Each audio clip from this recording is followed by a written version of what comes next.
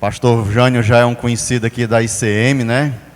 Já tem vindo aqui algumas vezes, instrumento de Deus. Irá estar ministrando a palavra essa noite. Amém? Paz e graça, igreja.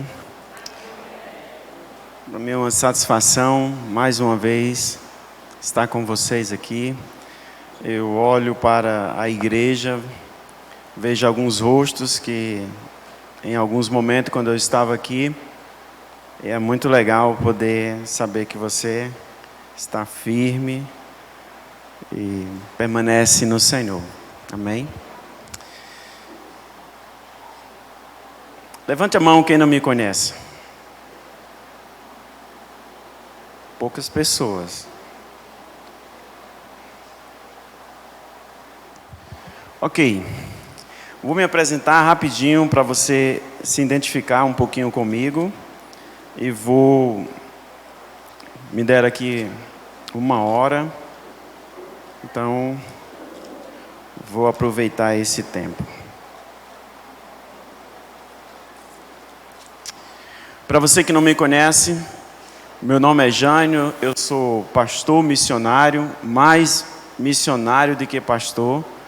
Eu diria, eu sou missionário pastor. Porque se fosse para Deus fazer assim, tira uma desses dons que eu te dei, eu diria na hora, tira pastor e deixa só missionário. Porque a minha vida toda foi missional.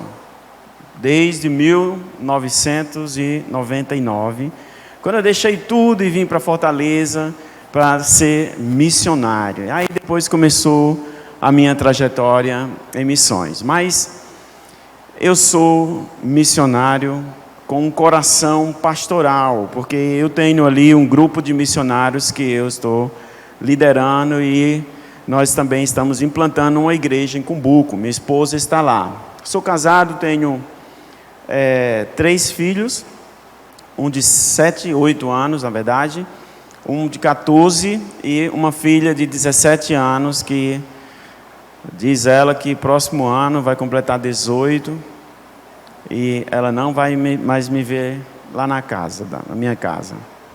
Ela disse que vai seguir a trajetória de missões e ela vai dedicar a vida dela aos países pouco alcançados e miseráveis, os países pobres da África. Estava conversando com um amigo meu, um finlandês, essa semana, e ele disse: você não tem medo que sua filha talvez nunca vai ter uma carreira profissional? Eu disse: eu tenho medo dela não seguir a vontade de Deus. Esse é o medo que eu tenho como pai, é que meu filho ou meus filhos não sigam a vontade de Deus. Pode passar qualquer coisa, pode passar dificuldade, pode passar lutas, pode enfrentar percalços na vida, na trajetória missional, mas que seja na vontade de Deus. E eu tenho dito isso para meus filhos: olha, missão não é fácil. Então, sou missionário, fundei uma organização em 2005 aqui, chamada Missão Vida em Foco, e depois aí é uma longa história, fomos para a Alemanha, fundamos outra organização, depois Cabo Verde, África, depois nós fomos desenvolvendo um trabalho com as favelas em Fortaleza, temos vários projetos, são 450 crianças sendo atendidas e suas famílias. Estamos em Cumbuco, sábado que vem vamos inaugurar uma base no litoral do Cumbuco, uma base missionária para aquela região, com uma igreja, capacidade para 300 pessoas. E nós temos também algumas escolas de treinamento, um trabalho com missionário na Finlândia, trabalhando com refugiados. Então é muita coisa, não dá para detalhar aqui, o tempo é curto, mas pela graça e misericórdia de Deus, Deus nos deu essa missão, né, para começar esse trabalho. E lá na África nós temos mais ou menos 500 crianças sendo atendidas e suas famílias, um trabalho belíssimo, com os missionários que estão lá. No total são cerca de 40 missionários do tempo integral, dedicando as suas vidas em fé ao Senhor. Assim como eu, desde 1999, que vivo pela fé. Então, um pouquinho da minha história, tá certo? Hoje, eu vou fazer uma pequena mudança aqui, porque eu gostei dos louvores, os louvores falaram muito a minha vida, e eu vou fazer uma pregação meio testemunhal. Vou testemunhar um pouco, e se eu fosse dar um nome que eu vou mudar aqui, eu daria um nome assim: mapeando a sua vida e crescendo nos conselhos do Senhor. Muito fácil, porque a minha vida foi sempre assim desde o início da minha convenção. Deus sempre colocando o raio-x, mapeando a minha vida, dizendo coisas que eu precisava mudar, dizendo coisas que eu tinha, que eu não aceitava que eu tinha, dizendo coisas que eu tinha realmente que enfrentar, mudar, que isso não deveria fazer parte da minha vida. E Deus compartilhando essas coisas, doendo demais na minha vida, Ele mapeando e dizendo: você vai ter que crescer. Então, eu conheço cristãos que estão vivendo uma vida... eu tenho 27 anos de crente, eu me converti em 94, 27, 28 por aí. E são a mesma coisa. Os mesmos problemas, as mesmas feridas, as mesmas enfermidades na alma, os mesmos complexos, as mesmas doenças. Eu volto às vezes na minha cidade, lá em Juazeiro do Norte, converso com alguns irmãos e eles contam a mesma história.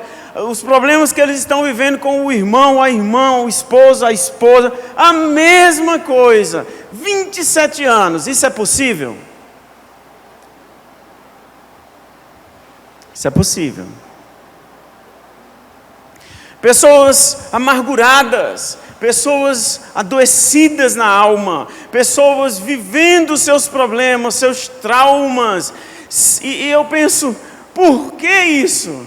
Porque muitas vezes não fizeram, ou não se permitiram, ou não permitiu-se que Jesus fizesse um mapeamento na sua vida e dissesse: vamos crescer e caminhar junto.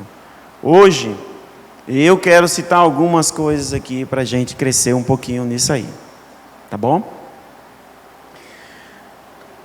Óbvio que eu estou falando isso porque eu sei que muitos de vocês não me conhecem, mas vocês sabem, fazendo uma síntese da minha vida,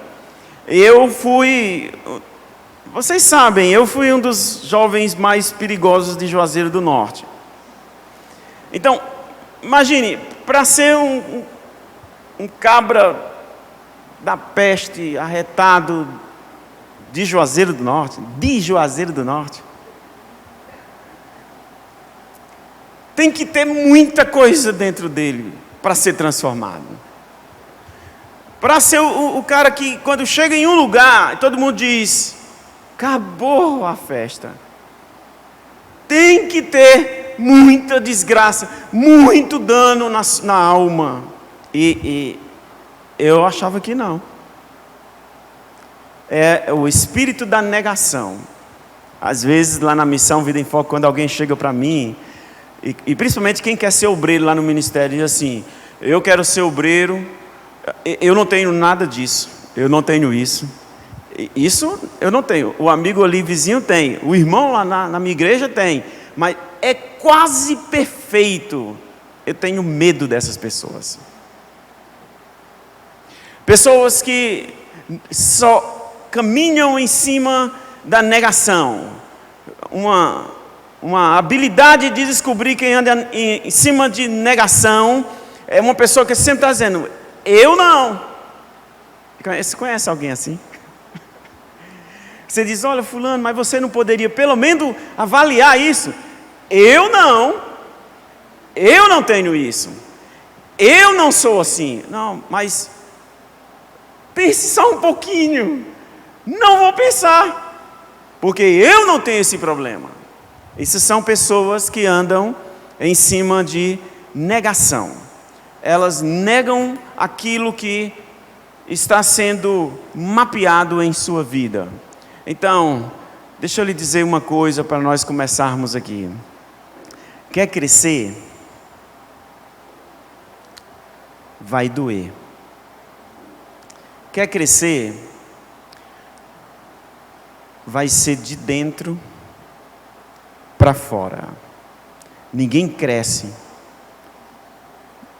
mascarando ou num espírito de negação. E outra coisa, antes de entrar na palavra, é uma pequena introdução. Eu percebo que as pessoas têm medo de dizer quem elas são, porque elas são crentes. E elas têm medo de revelar aquilo que nelas deveria ser revelado para ser transformado e trabalhado isso em suas vidas. E eu tenho que lhe dizer que Jesus ama ouvir todas as circunstâncias mal, todos os problemas e traumas e enfermidade que você e eu muitas vezes temos e estamos vivendo ou vivenciando interiormente isso em nossas vidas. Mas porque somos crentes, nós preferimos dizer, eu não tenho isso. Então eu vou lhe dizer o primeiro versículo, ou a primeira passagem bíblica que Jesus me deu, quando eu me converti. Olha, eu me converti, eu disse assim, olha, eu bandido, né? Eu disse, quando eu me converter, eu vou ter aquelas palavras de vitória, né? Que hoje é muito comum na teologia da prosperidade. Nós vamos ter aquela palavra assim, você agora é filho do rei, né? Você agora é o príncipe do Senhor. Eu pensava isso, porque no mundo era só desgraça, né? Bandido. Se eu entrar numa loja, aí fazia assim, para o segurança, segue, né? Porque senão, segue. Eu andava e o segurança atrás de mim, né? Na loja assim. Mas isso tinha coisa ruim.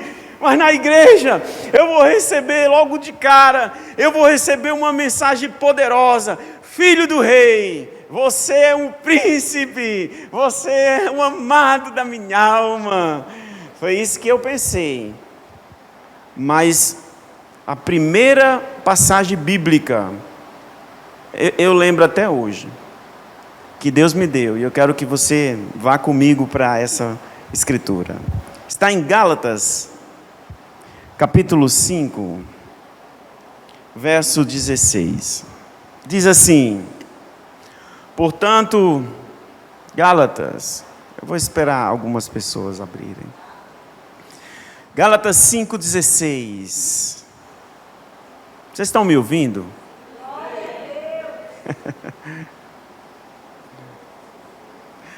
Olha que palavra poderosa que Deus me deu. Eu vou ensinar você nesta noite, descobrir, ou dar passos para você descobrir, sem vergonha, quem é você. Ou pelo menos para tentar descobrir quem é você. Tá certo? Vamos lá. Diz o texto assim, portanto, vos afirmo, vivei pelo Espírito, de forma alguma satisfazer as vontades da carne. Portanto, a carne luta contra o Espírito, e o Espírito contra a carne, e eles se opõem um ao outro, de modo que não conseguireis fazer o que quereis. Olha o que diz o texto, ó. Primeiro conselho de Jesus, para mim, né? Primeiro conselho, porque eu era a personificação da estrutura da carne em Juazeiro do Norte. Eu não posso contar aqui coisas e detalhes, porque vocês vão ler meu livro. Aí, no meu livro, se Deus quiser, mais tarde, em março, eu estou lançando o meu livro. Aí você vai ver as desgraças lá. Mas não vou contar tudo aqui. Mas como eu estou contando aqui como foi a personificação da carne, primeiro conselho do Senhor para a minha vida foi: andai em espírito, não satisfazeis o texto tem outras versões da Bíblia, diz as concupiscências da carne, ou seja, os desejos. Concupiscência, traduzindo, é desejo desenfreado, aquela coisa que você não tem controle, que você faz. Isso não está relacionado a sexo, não. Isso está relacionado à personalidade, à raiva, à brutalidade, à ignorância. Tudo que você pensa. Carne, nesse texto, não está referindo-se a isso, mas está referindo em uma mente pronta a pecar. É o sistema da queda adâmica. Ele diz: não satisfaça, em primeiro ponto, não satisfaça o desejo, a satisfação da vossa vontade da carne. E ele diz: lute com o espírito contra a carne. Esses lutam, eles se opõem um contra o outro. Verso 18: contudo, sois guiados pelo Espírito, já não estáis subjugados pela lei. Pronto, veio o conselho, agora vem agora o mapeamento. Lembra? Mapeando e crescendo em Cristo. Você mapeia o problema e cresce. Duvido um cristão crescer sem entender a sua problemática. E olha que no campo da assistência social, eu sou assistente social em formação, e psicologia organizacional, eu trabalho com grupos, é impossível identificar um crescimento em um indivíduo, isso que diz a psicologia organizacional, sem identificar a problemática. Então fique feliz quando você disser assim: tem problema, desde que o posicionamento do ensino e os valores de Deus acompanhem no processo do crescimento. Não tenha medo. Logo quando me converti, ele disse: anda no Espírito. Mas porém, Jânio, lê a partir do 18. Aí eu fui ler. Ele disse: contudo, se sois guiado pelo Espírito, já não estáis subjugado pela lei. 19. As obras da carne são manifesta imoralidade sexual. Olha, eu quero que você leia assim comigo. Foi assim que Deus falou. Você vai pausar, Jane, e você vai dizer assim, isso foi há 27 anos atrás, viu? Você vai pausar e você vai dizer assim: tem ou não tem, Jânio? É dose, viu? Recém-convertido, fogo puro na igreja. Eu subi no altar e ficava... Logo aprendi a trocar os instrumentos, guitarra, violão, teclado. Aí eu disse: eu quero tudo. Mas aí Deus disse: mas você não está mapeando sua vida. Ou seja, quando você não mapeia, você não se conhece. Você sabe, Jânio, que você tem que identificar e permitir que eu trabalhe essas coisas na sua vida. Eita, foi dose. Aí eu disse: então vamos lá. Primeiro ponto, o primeiro tópico do mapeamento. Jânio, você tem problema, imoralidade sexual? Eu quase viro o rosto para Deus. Eu disse, eu não queria dizer, e eu disse, Quando a gente tem vergonha, né? A gente não consegue, a gente quer de alguma forma maquiar a nossa vida e dizemos para Deus: somos espirituais. O fato de reconhecermos algo ao Senhor que não agrada, não significa que você não é uma pessoa espiritual. Lembre, andar em espírito, lute, ele se opõe, o espírito se opõe à carne, o espírito. Mas se você luta, você está no espírito. E eu disse: sim, Deus, eu tenho. Ele disse: pois continue, meu filho. Impureza, ora, em Juazeiro. Sim, Deus. Eu não vou nem detalhar aqui, que se eu fosse eu contaria um livro aqui, uma história aqui. Os porquê cada ponto desse. Libertinagem. Tenho, Deus. Idolatria, em Juazeiro do Norte.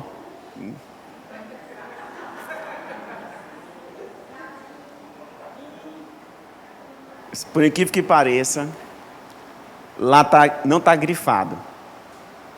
Porque eu nunca fui idólatra. Acredita? Aí eu não marquei. Eu nunca fui idólatra. Eu comecei a ser evangelizado com 12 anos. Eu tomava minhas cachaças, dormia no banco da praça. Eu vinha para Fortaleza, dormir nas praças aqui, nas ruas, porque minha vida foi louca mesmo. Mas eu nunca fui idólatra. Nunca. Nunca. E Deus aceitou. Ele disse: sim, meu filho, você nunca adorou Padre Cícero. É verdade.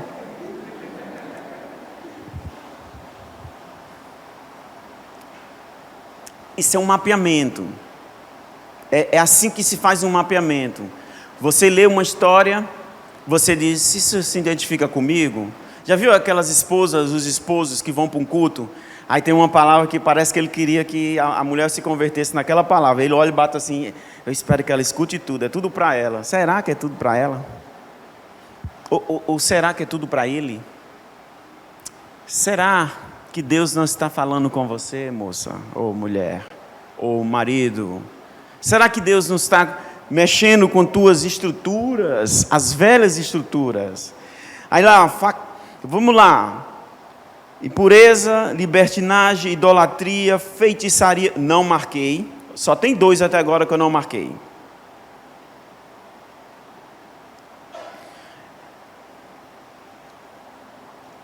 Ódio. Como você pode imaginar uma pessoa que tem ódio? Eu descarreguei o revólver 2 vezes, ou carreguei para descarregar na cabeça do meu pai. Será que tinha ódio? Na hora, quando Deus falou comigo, eu disse: Deus, eu tenho esse negócio aqui até hoje, porque eu me converti. O fato de você estar nessa igreja não significa que você não está tendo problemas gravíssimos na sua família. O fato de você estar aqui não significa que coisas que nunca você permitiu que fosse tratado com seu pai, com a sua mãe, com seu tio, com a sua avó, com sua tia, com seu irmão, nunca. Eu digo e afirmo isso com certeza, que nós temos pessoas aqui que estão machucadas com seus familiares, com feridas antigas ou veredas antigas, que nunca foi tratado.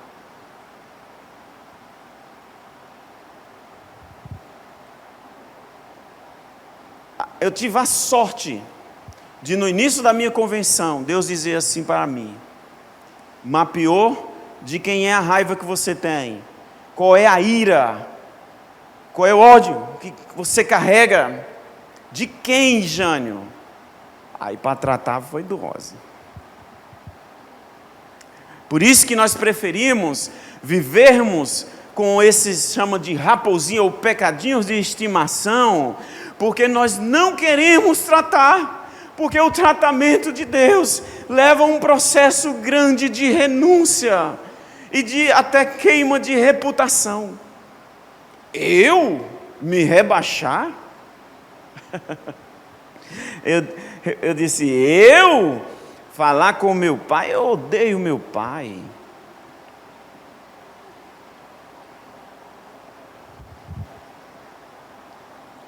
Discórdia, também marquei.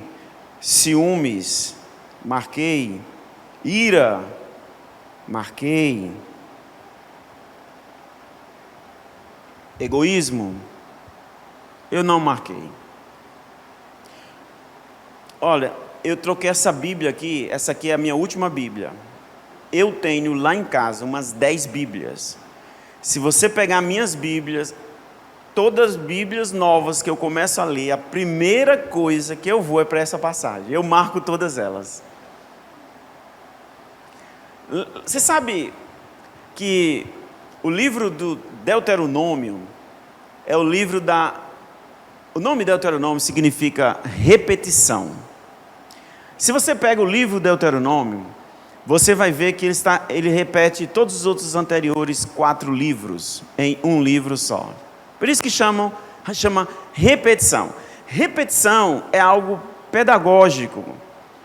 E quando você sempre está revendo aquilo que Deus falou com você, você está fortalecendo para não voltar mais para aquilo que você vivenciou na tua história no passado. Fortalece. Por isso que todas as minhas Bíblias eu repito o mesmo processo. Eu vou lá e eu marco tudo novamente. Eu coloquei aqui egoísmo, dissensões, facções, marquei, inveja, marquei, embriaguez. Olha, minhas cachaças, quem fazia era eu. Eu lembro como se fosse hoje, era assim, ó. Eu pegava 1 litro seco,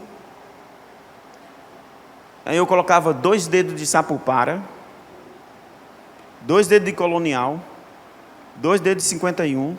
Muitos de vocês não sabem nem o que é essa cachaça. Só os antigos. Os antigos se revelam.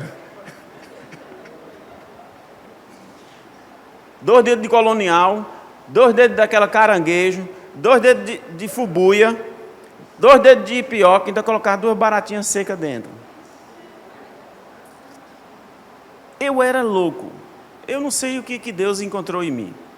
Eu sempre digo para Deus, Deus, eu olho para trás e eu pergunto, o que o Senhor viu em mim? Porque era loucura. Então eu mesmo fazia, meus amigos diziam, você vai morrer. Eu disse, tanto faz, viver como morrer, não tem problema.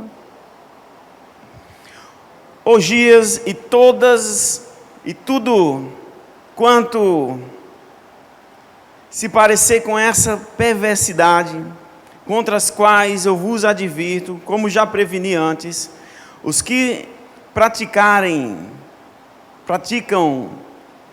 tais coisas não herdarão o reino de Deus. Eu confesso que eu tive medo quando eu vi essa parte assim, ó. Quem pratica isso vai para o inferno. Normalmente, nós escutamos isso dos irmãos. Queridos irmãos, falam essa pressão, né? Diz assim, se você fizer qualquer coisa, você vai para o inferno. É assim que muitas vezes nós somos discipulados, né? Mas eu tenho que lhe dizer que é assim que, com esse entendimento, esse medo, é que muita gente não consegue sair das suas mazelas, porque eles têm medo de compartilhar e de ser condenado pelos próprios irmãos. Se eu disser, condenado estou. Se eu disser, não vai dar certo esse negócio. E eu quero que você tenha coragem de procurar pessoas e sair do seu cativeiro pessoal, da imoralidade da carne. E quando eu falo imoralidade, eu não estou falando de relação. Eu estou falando das tuas lutas que você nunca venceu na sua vida, porque você sempre andou negando que você não tem esse problema. Você não vai crescer se você não andar sobre a estrutura daquilo que o Senhor quer. Portanto, deixa eu lhe dizer uma coisa para a igreja. Abra suas Bíblias em Romanos, capítulo 3. Eu vou lhe dizer algo para que a gente possa crescer nesse tempo que Deus está nos ensinando aqui. Veja, eu só dei uma reflexão um pequeno testemunho de como foi o meu mapeamento. Olha, eu tenho 27 anos de crente. Tem coisa ali que eu ainda estou vencendo. Sabia? Tem coisas ali que eu ainda estou clamando. Tem coisa ali que eu estou dizendo, Senhor, 27 anos. Me condene.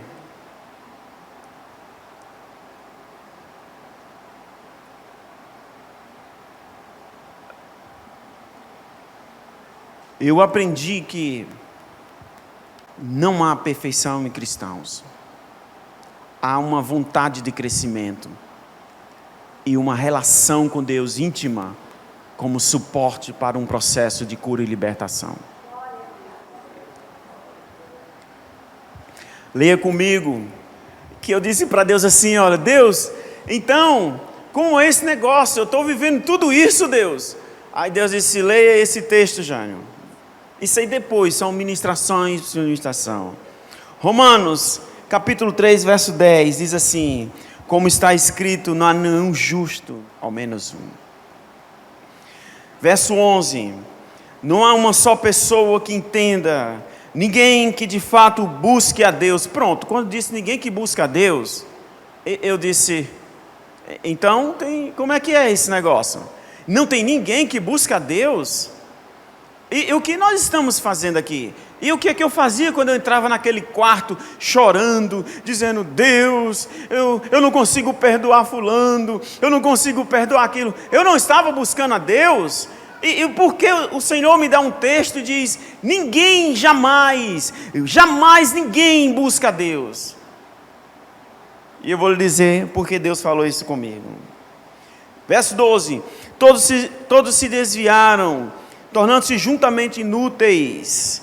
Não há ninguém que pratique o bem. Não existe uma só pessoa. Aí você diz assim,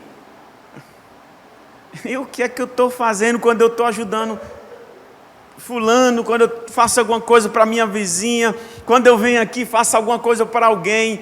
Eu posso olhar para mim e dizer assim, eu deixei tudo, uma empresa com 80 funcionários, eu fui para as favelas de Fortaleza, e colocaram faca no meu pescoço, revólver na minha cabeça, está lá no livro. Eu peguei, minha vida foi menino de rua me cuspindo, eu levando comida nas favelas, indo para a África, passando por situações, e aqui diz que ninguém faz o bem, nem tem um ser humano que faz o bem. Que é isso, Deus? E Deus disse, é isso mesmo. Eu tocava na igreja, eu ajeitava o louvor, eu chegava 5 horas antes, e eu estava lá ministrando, e eu estava assim, era o altar descendo, e Deus olhava e dizia assim, ninguém jamais é capaz de me buscar. Aí você diz assim, mas você não disse que era para mapear e depois crescer com Jesus? Disse, mas crescer da maneira correta e eu vou lhe ensinar. Ele continua dizendo, verso 13, suas gargantas são como túmulo aberto, usam suas línguas para ludibriar, enquanto debaixo de seus lábios está o veneno da serpente. Sua boca está cheia de maldição e amargura, seus pés são rápidos para derramar sangue, e seus passos são marcados por destruição e miséria. E não conhece o caminho da paz, considerando que é inútil temer, que é inútil temer a Deus. Ora, sabe que tudo o que a lei diz, o diz aos que estão sob o domínio da lei, para que toda boca se cale e todo mundo fique sujeito ao juízo de Deus. Portanto, ninguém será declarado justo diante dele, confiando na obediência à lei, pois a lei é precisamente por meio da lei que chegamos à irrefutável conclusão de que somos todos pecadores, justificados pela fé em Jesus. Somos cheios de venenos. Nossas nossa mente é propício a lançarmos maldição, a desejar o mal para o outro. Nós somos propícios a vir para a igreja por satisfação pessoal. E eu quero algo, eu vou para ser abençoado. Nós temos uma característica e uma luta, lembra do versículo de Gálatas capítulo 5, verso 16, andai em espírito e não satisfazei as concupiscências, os desejos da carne, porque a carne, ela está continuamente lutando com o espírito. Você está é um novo em Cristo Jesus, mas a sua mente, a minha mente, ainda anda em guerra. E o que nos faz vencer? Eu vou lhe dizer agora o que nos faz vencer. Continue em Romanos, ainda no verso 21, diz: entretanto, embora, olha, eu vou lhe dizer assim, embora somos duros, embora não conseguimos perdoar quem nós não deveríamos perdoar, embora não nos dedicamos, olha, quantas vezes você chega nesse lugar aqui, o Ministério de Louvor está se dedicando, ele está lá, vem, eu digo isso que eu sou ministro de louvor também, bora igreja, levante a mão, bota para baixo, bota para cima, vem para cá, vem para lá, e a gente está assim, ó.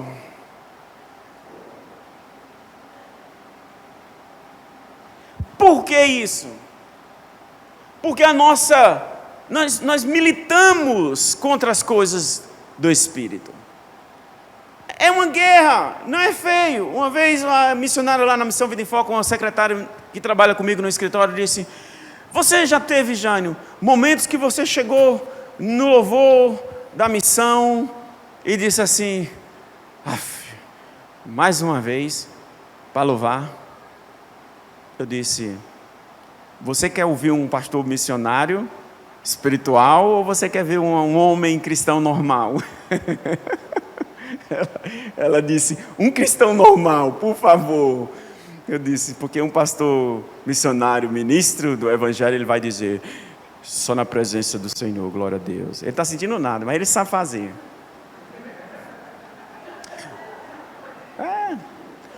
Glórias. Não há ninguém como tu, Senhor. Ele consegue. Aí eu disse: mas se você quer ouvir um cristão comum, não é ministro evangélico, um cristão comum é assim. Muitas vezes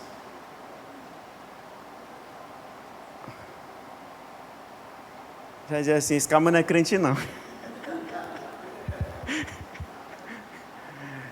Realmente, no modelo convencional, não sou. Eu não ando no jugo da falsa espiritualidade. Não ando, ó. Eu saí disso há muito tempo. Eu não ando em jugo da espiritualidade. Você não vai me ver aqui. E papá. Não, você não vai me ver, ó. Agora, se Deus mandar eu dar um rodopeio aqui, pular assim, dar um mortal, aí você vai ver. Então, embora temos esses desânimos, embora não conseguimos chegar aqui com aquela força de Jesus, embora não conseguimos perdoar algumas pessoas, embora nós estamos com nossa garganta cheia de veneno, pronto para amaldiçoar, embora haja tudo isso, verso 21 diz: entretanto, nesses últimos tempos se manifestou uma justiça proveniente de Deus, independente da lei, independente do cumprimento que você faz, independente daquilo que é certinho. Eu vou fazer isso que é certinho, porque se eu fizer isso que é certinho, Jesus vai me abençoar. Independente, nasceu uma justiça, manifestou-se uma justiça de Deus, na qual o testemunhou a lei e os profetas. Isto é a justiça, verso 22, de Deus, por intermédio da fé em Jesus Cristo para todas as pessoas que creem. Portanto, não há distinção, são todos, ele se revelou a você, ele se revelou a mim, sendo justificado gratuitamente por sua graça. Você sabe por que você consegue? Você consegue. Não é porque você é bom. Quando eu descobri isso, eu estava em teologia na FATEC, Faculdade do Estado do Ceará. Eu descobri que eu não entendia graça. Eu entendia força da lei. Eu era forçado. Os crentes são forçados a cumprir a lei. Você tem, então você vai estar amaldiçoado. E as pessoas não conseguem andar, porque elas estão sob um jugo de algo que elas sozinhas não conseguem, na sua própria força. Mas naquele que se manifestou, a justiça proveniente de Deus, como diz o texto, a graça que nos foi dada, o favor imerecido, em você tem a capacidade de mudar. Não é você, não sou eu. É Ele. Aí você pode dizer então, quando alguém te elogia, você estava buscando a Deus. Aí você diz, sim, eu estava. O texto diz não, mas agora eu entendi. Eu estava, porque a graça me põe nessa condição. Você fica mais humilde. Você desce, não para o inferno, entenda, desce. Você se torna uma pessoa mais consciente do sacrifício de Jesus Cristo. Você diz, hoje eu venci esse pecado, porque eu sou bom. Não!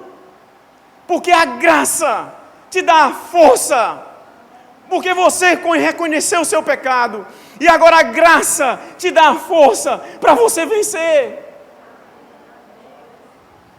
Por isso que quando aquela mulher adúltera chegou até Jesus, através dos falsos religiosos, os religiosos vieram, eles usam Bíblia, um religioso usa Bíblia. Os crentes padrão alto usam Bíblia para condenar. E eles trazem para Jesus, e eles trazem aquela mulher foi pega em adultério. E ele chega até aquela mulher, e traz aos pés de Jesus, e joga aquela mulher, e diz, mestre, a lei diz, nós já mapeamos essa mulher foi mapeado o pecado dela, mas a maneira de enxergar o tratamento foi outro, eles queriam matá-la. Nós muitas vezes tratamos as coisas assim, mapeamos o pecado em pessoas e matamos as pessoas, usando a palavra de Deus. Não é disso que eu estou falando. Eu estou falando em graça, crescendo no Senhor, sabendo que Ele é bom, como diz Ezequiel, e suas misericórdias duram para sempre, e nós não somos condenados por isso. E aquela mulher foi lançada aos pés. Interessante que eles disseram, mestre, chamaram Jesus de mestre. Disse, olha, condena essa mulher. Ela, mapeamos, ela está, fora dos padrões cristãos. Não tinha cristão mesmo, eu só contextualizando. Está fora dos padrões da nossa igreja. Taca ela no chão, nós estamos aqui tudo com as pedras, vamos apedrejar. Você conhece, né? Como é que é? Você sabe, né? O que eu estou dizendo. É o momento, não tem perdão. É assim. E Jesus, me permita, Senhor, para tirar uma onda, Ele relaxa. Ele escreve 2 vezes. Eu penso na cabeça desses religiosos. Que pode, gente, traz aqui uma pessoa aqui que é top no pecado, provado na lei, mapeado, e ele vai escrever. Você não acha isso louco?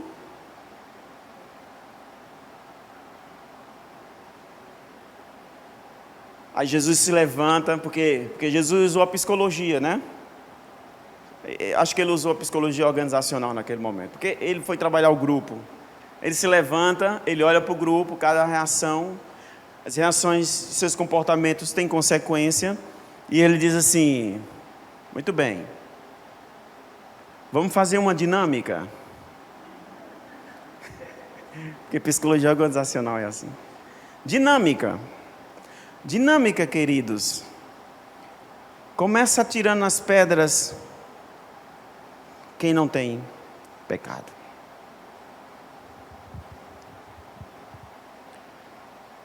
É incrível aquele que nos justificou. Por isso que não é coisa de homens. Nós somos justificados nele, como diz a palavra. Se nós buscamos, é por conta dele. Foi proveniente de Deus que veio essa graça, esse favor imerecido. Você sabe o que é mais interessante nessa passagem? Eu desafio qualquer um aqui. Diga para mim a disciplina que Jesus deu nessa mulher.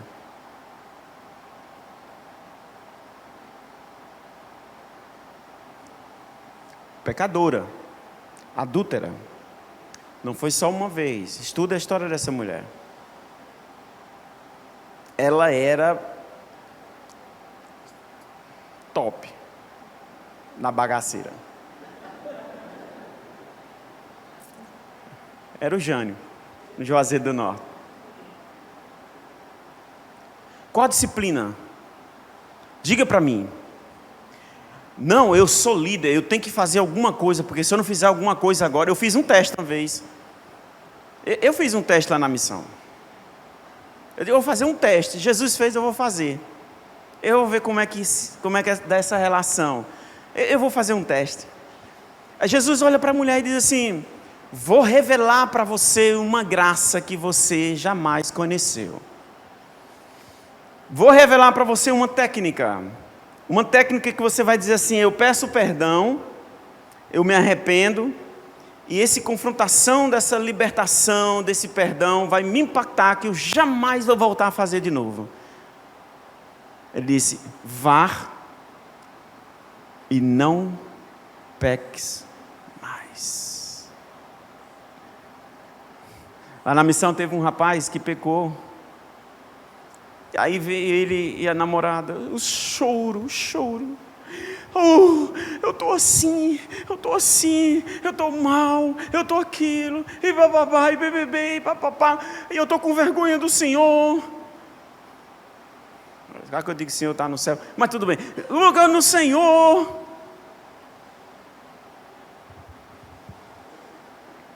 Aí eu olhei para eles, eu lembrei dessa história.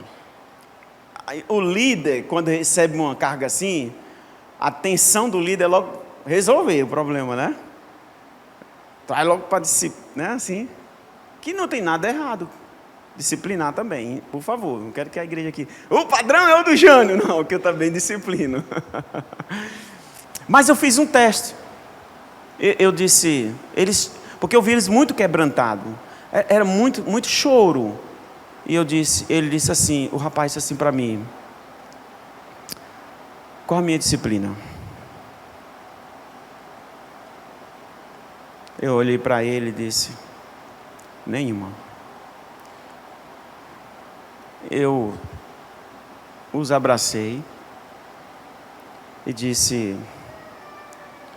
eu quero confiar que você não vai mais fazer isso. E eu quero te dizer que eu também estou junto com você. Quero caminhar contigo. Vão e não peques mais. Nunca mais. Nunca mais. Casaram. Tem uma família. São missionários na missão Vida em Foco. Ele nunca esqueceu disso. Toda vida ele diz: eu não entendo você. Como você pode fazer um negócio desse comigo? Graça. Não é mérito meu. é graça.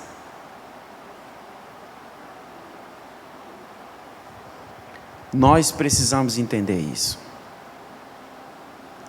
Por nós mesmos, nós não vamos conseguir, mas nele, nós somos capazes. Abra suas Bíblias em Romanos capítulo 8, verso 1 a 4. Deixa eu lhe dizer uma coisa. O fato de você estar lutando contra um pecado não significa que você está condenado. Você entende isso? Se você está lutando contra um pecado, não há condenação para você. Jesus não foi tão fraquinho assim na cruz. Leia o texto. Romanos capítulo 1, verso 1 ao 4. Portanto, agora não há nenhuma condenação para os que estão em Cristo Jesus. Se você está nele, e se você está lutando, continua firme. Lá na frente alguma coisa vai acontecer. Eu passei 1 ano lutando com relação ao meu pai. Meu pai é meu melhor amigo hoje. Lá na frente, na perseverança, Deus vai fazer. Mas você tem que ser sincero com você. Nenhuma condenação há para os que estão em Cristo Jesus. Verso 2. Porque a lei do Espírito de vida em Cristo Jesus nos livrou da lei do pecado e da morte. Reconheça e ande no Espírito. E ande na confissão, como diz Tiago, daquilo que você precisa tratar. Você sabe o que eu estou dizendo. Eu não estou dizendo isso para condenar ninguém. Nem para você sair daqui dizendo: olha, o pastor lá está falando de coisas como se eu tivesse. Não, se você não tem nada, saia daqui dizendo: não tenho nada. Mas se você tem, sai daqui dizendo: olha, eu preciso abrir coisas para que eu possa receber de Deus a cura necessária. Eu duvido você não crescer. Duvido. Porque aquilo que a lei, verso 3, foram incapazes de realizar, pois está enfraquecida pela natureza pecaminosa, Deus o fez enviando o seu próprio Filho, à semelhança do homem pecador, como oferta pelo pecado. E assim, condenou o pecado na carne. Sabe o que ele está dizendo? Aquela raiz que entrou no Éden. Não está falando de pecado, pecadinho, pecadão, não. Aqui está dizendo da raiz do pecado. A natureza do pecado. O vírus. Jesus venceu. Aquele vírus, aquilo que entra e vai nas tuas... É igual o coronavírus, entre aspas. Que ele vai nas tuas fraquezas, naquilo que você não tem imunidade, aquilo que você está mal. E o vírus, ele vai buscar as tuas fragilidades, essa natureza, mas o texto diz: Cristo venceu. Essa é a boa notícia para você e para mim. Então está difícil, Cristo venceu por você. Você não está conseguindo? A graça te alcança, o favor, porque Ele venceu. Sabe, Paulo diz que Ele é a propiciação. Sabe o que é propiciação? Quando foi construída a arca, propiciação é aquela tampa que tem os querubins lá e coloca na tampa, que a gente faz aquelas festas, né? Os querubins, aquela arca, entra na arca, a presença de Deus. A propiciação é aquela tampa, por isso que ela é chamada de propiciação. E dentro da arca está a lei, também está a lei. E o que ele está dizendo? Que sobre a lei, que não foi capaz de redimir o homem, ele cobre como o propiciador de todos os pecadores.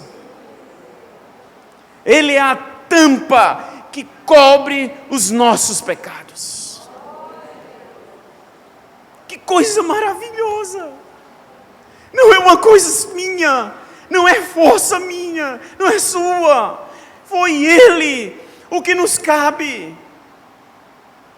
Dedicar a Ele, abrir a nossa vida e dizer: eis-me aqui, Senhor, o caco que eu estou. Não tenha vergonha disso, querido. Não seja um cretense. Seja liberto dessas amarras da sociedade pós-moderna cristã. Me deram 1 hora. Eu comecei 7h15. Eu preciso de mais 10 minutos, pode ser? Por favor.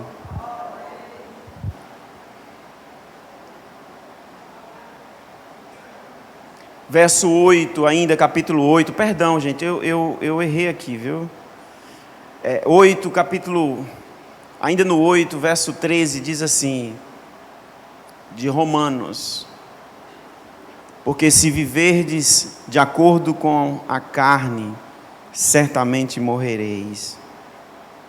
No entanto, se pelo Espírito fizerdes morrer os atos do corpo, vivereis. Porque todos os que estão guiados pelo Espírito de Deus são filhos de Deus. Diga glória a Deus, eu sou filho. Não porque eu sou merecedor, mas Ele me tornou filho. Que coisa linda. Filho de Deus. E ele diz assim, verso 15: Pois vós não recebeste um espírito que vos escravize, não seja escravo desse sistema, para andardes, uma vez mais, atemorizados, mas recebeste um espírito que os adota como filhos, por intermédio do qual podemos chamar Abba, Pai.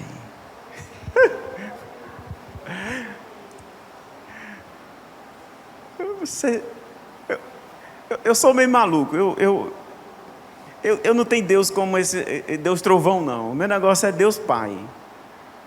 Minha relação tem a ver com família. Eu olho assim e digo: e aí, meu pai, bora lá para cima, vamos ver como é que é essa parada. Uma vez eu estava falando com um pastor amigo meu, ele disse assim: tenho uma reverência diante do nome do Jeová. Quase saiu um trovão da boca dele.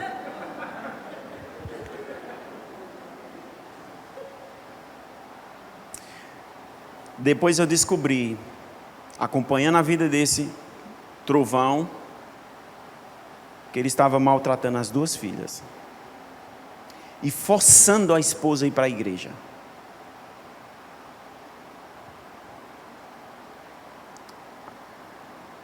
Mas quando fala é um trovão.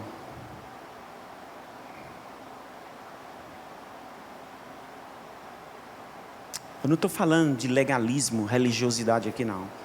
Eu estou falando de entender a graça. A graça te constrange e você diz: eu não posso mais fazer isso. Não é lei. A graça vem, a graça entra, a graça reconhece o sacrifício de Jesus e a graça diz: não posso mais fazer isto. Foi o que aconteceu com aquela pecadora. Se você entende sobre a graça e a graça não constrange você, provavelmente você não entendeu a graça. Você entendeu a graça de querer receber as coisas do papai. a graça de vir para a igreja para poder ser abençoado financeiramente, mas a graça de entender que aquilo que está dentro de você, que desagrada a Deus, que Ele já venceu por você, e essa graça está disponível para caminhar com você, para que você vença nele e não sozinho, aí é outra história. Talvez você não entendeu a graça.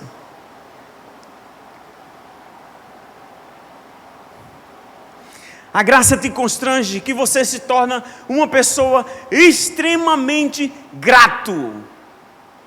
Quando eu vejo uma pessoa ingrata, provavelmente ela não conheceu a graça.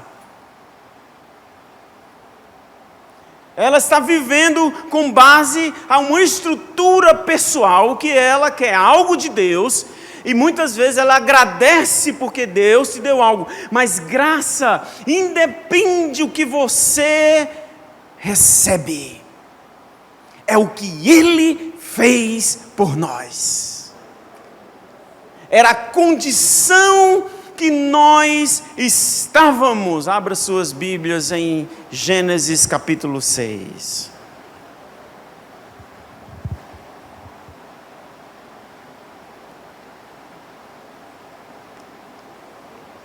Veja o que diz o texto 6 ao verso 8, 5 ao verso 8. Gênesis 6, 5 ao verso 8. Veja o que diz a palavra. Gênesis 6, 5, 8.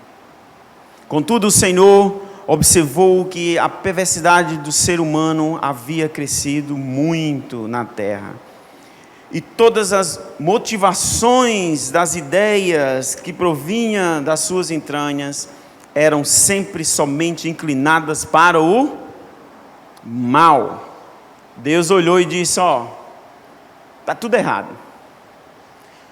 Deus não está falando daquela geração somente, Ele está falando da raça humana. Ele olha a raça humana e Ele diz: não há nada de bom. Tu quer ver uma coisa? Uma vez um pastor amigo meu dando aula, ele disse assim: você quer entender a graça? É assim. Tira do mundo. Aí você vê o tiroteio, bala, trem caindo, terremoto, morte, violência de forma absurda. Tira a graça. Você tem um desequilíbrio extremo na terra, uma destruição em massa, o homem tendo prazer em destruir, com uma paz plena interior por destruir o outro. Tira a graça. E por que isso não acontece? Porque a graça é o núcleo do equilíbrio, da manutenção do ser humano enquanto ser na terra, não ainda consumado pela glória de Deus. A graça, ela sustenta esse planeta no que se refere a alguma coisa boa, porque ela está aqui. Porque quando Deus olhou, Ele disse: não tem nada, inclusive eu e você, cristão. Seja humilde. Leia a Bíblia e reconheça: não tem nada bom, o que tem em mim é por causa da graça.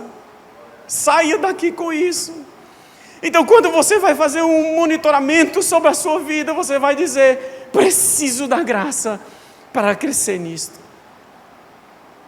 Não vá na sua força, sozinho você não consegue, porque Deus já disse: todas as intenções inclinam-se para o mal. Então, verso 6, o Senhor entristeceu muito por haver criado os seres humanos sobre a terra, e esse sentimento feriu profundamente o seu coração. Olha, se Deus sentiu profundamente o coração entristecido, imagine a profundidade disso, gente.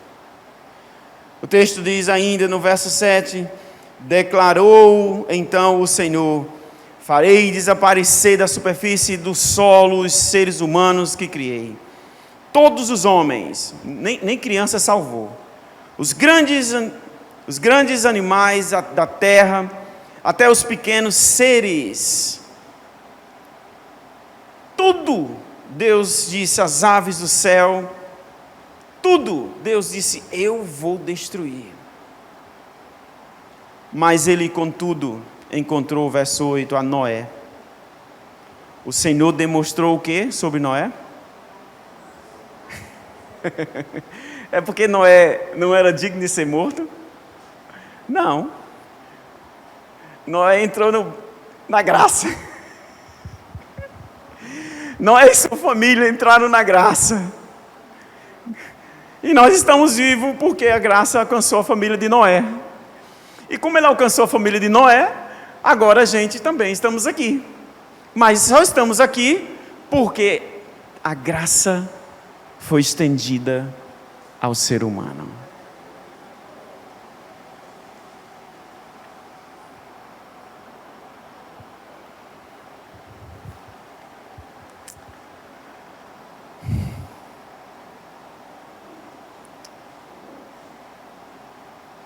Eu vou terminar. Eu vou fazer uma síntese de 3 pontos que eu tinha que concluir com vocês. Tá certo? Jesus veio.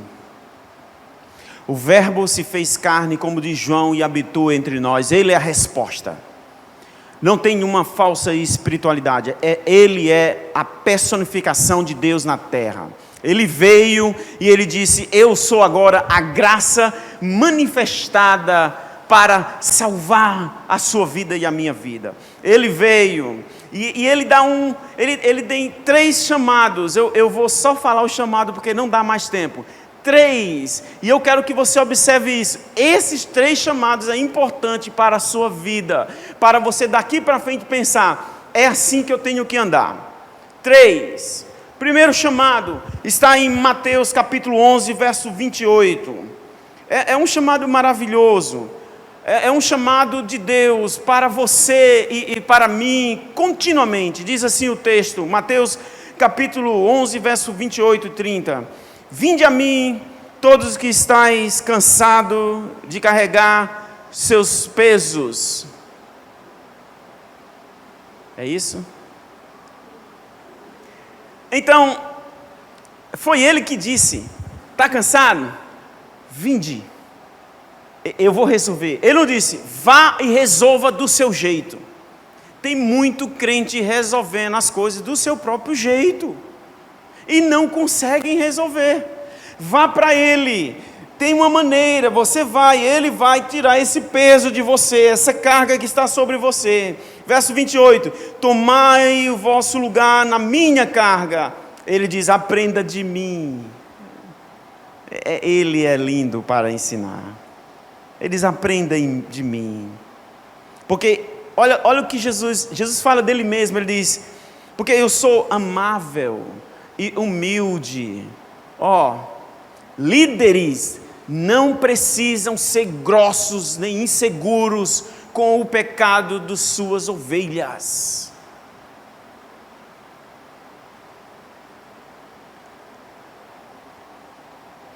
Ele diz, pode vir, eu sou amável. O primeiro chamado é, vinde a mim. Para você crescer nesse monitoramento, mapeamento e crescimento, tem que ir para ele, não tem jeito. Foi ele que disse, vinde, eu vou ensinar, porque eu sou manso, porque eu sou humilde de coração. Quem quer aprender com humildes de coração? Amém? Amém, irmãos? Estão aí? Ele diz assim, assim achareis descanso para as vossas almas. Jesus quer dar um descanso para a sua alma. Sua alma está abatida por seus problemas, pois Ele quer dar o descanso. Outro chamado, não dá mais para falar. Esse é assim, chamado vinde. Esse todo mundo quer, sentar na sala com Jesus, compartilhar com Ele, mas Ele chama para o prático. É o chamado do prático. Aí Ele diz assim, verso 16 de Mateus, capítulo 16, verso 24. Somente um verso, vamos ler. Mateus 16, verso 24. Então Jesus declara aos seus discípulos: se alguém deseja me seguir, negue-se a si mesmo, tome a sua cruz e siga-me. É o chamado de vinde. O primeiro é vinde a mim. O segundo é vinde após mim. Você aprende e vai para o discipulado pessoal da prática. Aí ele vai dizendo, vai, não é assim? Ah, Senhor, por que você está assim? Porque eu estou magoado com minha irmã, meu tio, meu sobrinho, sei lá, minha avó, meu avô. Aí ele diz assim, você está magoado. É o discipulado, você está falando na sua alma. Aí ele está mapeando, eu sei que você está assim, eu reconheço. Vocês também estão reconhecendo. Mas você tem que perdoar, filho, filha. Aí ele diz, vinde após mim. Aí você vai com ele agora. Aí você vai lá. Aí você tem que enfrentar aquilo. Vida cristã não é só essa coisa do céu na terra. Céu na terra. Vida cristã é prática de uma vida, de um ser humano que precisa consertar coisas que precisam na naturalidade.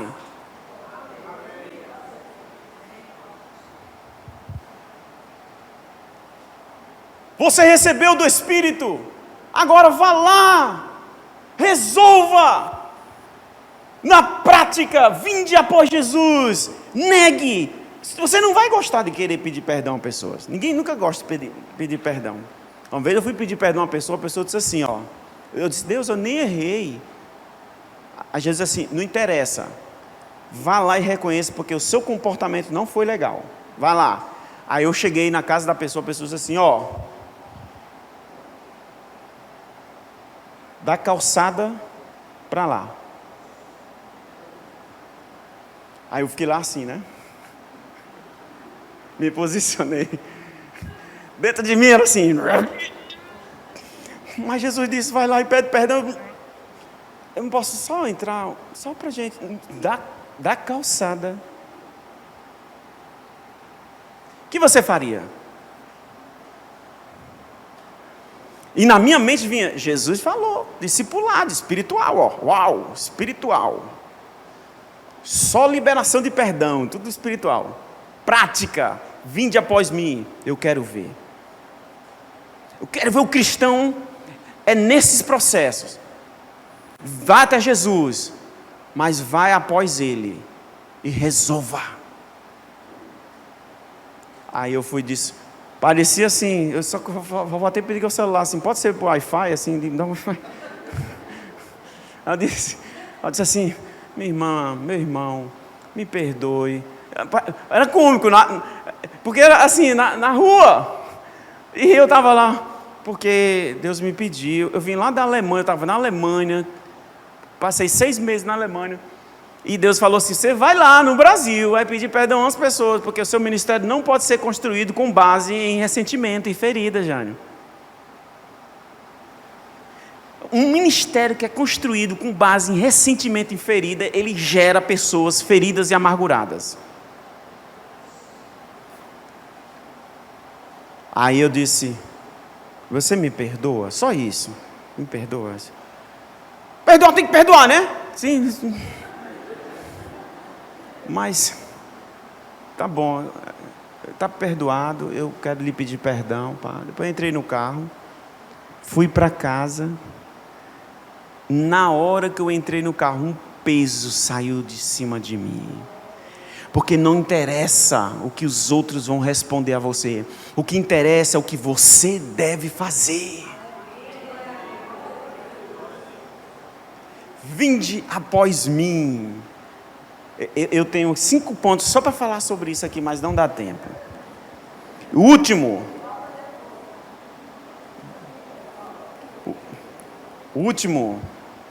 quando você está pronto para ouvir Jesus, vinde a mim, e você está crescendo em conhecimento e graça, quando você está no prático, sendo discipulado, ouvindo, vinde após mim, tome a sua cruz e siga-me, você vai estar pronto para algo. Servir a Deus. Ele disse, agora você está pronto. Ide e faça discípulo de todas as nações. Como é que faz discípulo doente? Já viu grupos em igrejas que um está doente, aí faz grupo. Aí chama o grupinho, tu viu fulano, tal, você, gosto de fulano. É grupo, não, ainda bem que você está no meu grupo, ainda bem. Tem pessoas que são assim. Eita, olha, tem pessoas que chegam no lugar, já chegam se mapeando. Porque está inseguro, e tem um grupo dele, tem aquele grupinho. Pessoas que não foram tratadas. Então, você vai gerar o que quando você for servir a Deus? Você tem que passar por esse crivo de Deus. Vinde a mim, vinde após mim. Então porque os dois você caminha com Deus. O primeiro você está com Cristo na mesa. O segundo você caminha com Ele. E o terceiro você está pronto para dar seus passos. Amém. Mateus capítulo 28. É o texto que eu estou falando. Ide por todo mundo, pregar o evangelho a toda criatura, todo aquele que nele crê, não perecerá de eterno. E aí vai, tá bom? Fica de pé, vamos orar.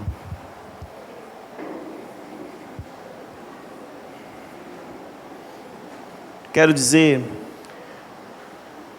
que o que eu mais quero é uma igreja curada. O que eu mais quero são homens aqui curados e restaurados, e mulheres curadas e restauradas. Então, consequentemente, nós teremos famílias ajustadas.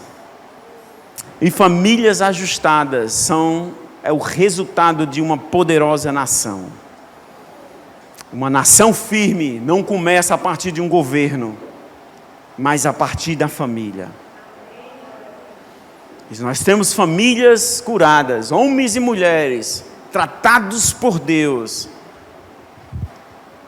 nós teremos uma igreja poderosa, atuante, que vai. Posso orar? Senhor, nós te damos graça por esse dia, Senhor. Esse compartilhar da tua escritura, Senhor. Obrigado, Senhor, porque quando eu falo assim, Senhor, eu só penso em como o Senhor quer alcançar os corações através da sua graça. Sem força, sem a lei pesando, mas com responsabilidade da compreensão de quem Tu és e o que Tu fizeste por nós. Por isso, Senhor, cuida de nós, em todas as áreas, Senhor. Que a gente consiga fazer um mapeamento de nossas vidas. Isso aqui não está legal. Isso eu preciso consertar com meu marido, com meu esposo, minha esposa. Você volta para a sua casa hoje, você pensa, o que não está legal com meu esposo? Eu quero, Senhor, que haja esse questionamento, para dizer o que é que eu preciso crescer, o que eu preciso melhorar. Em nome de Jesus, Senhor, dê a cada pessoa aqui a capacidade, Senhor, de compreender aquilo que precisa evoluir, crescer no Teu Espírito, na Tua sabedoria e no Teu conhecimento, Senhor. Eu abençoo essa igreja, Senhor, em nome de Jesus. Amém, amém. Poder sentar, obrigado, Deus abençoe todos vocês.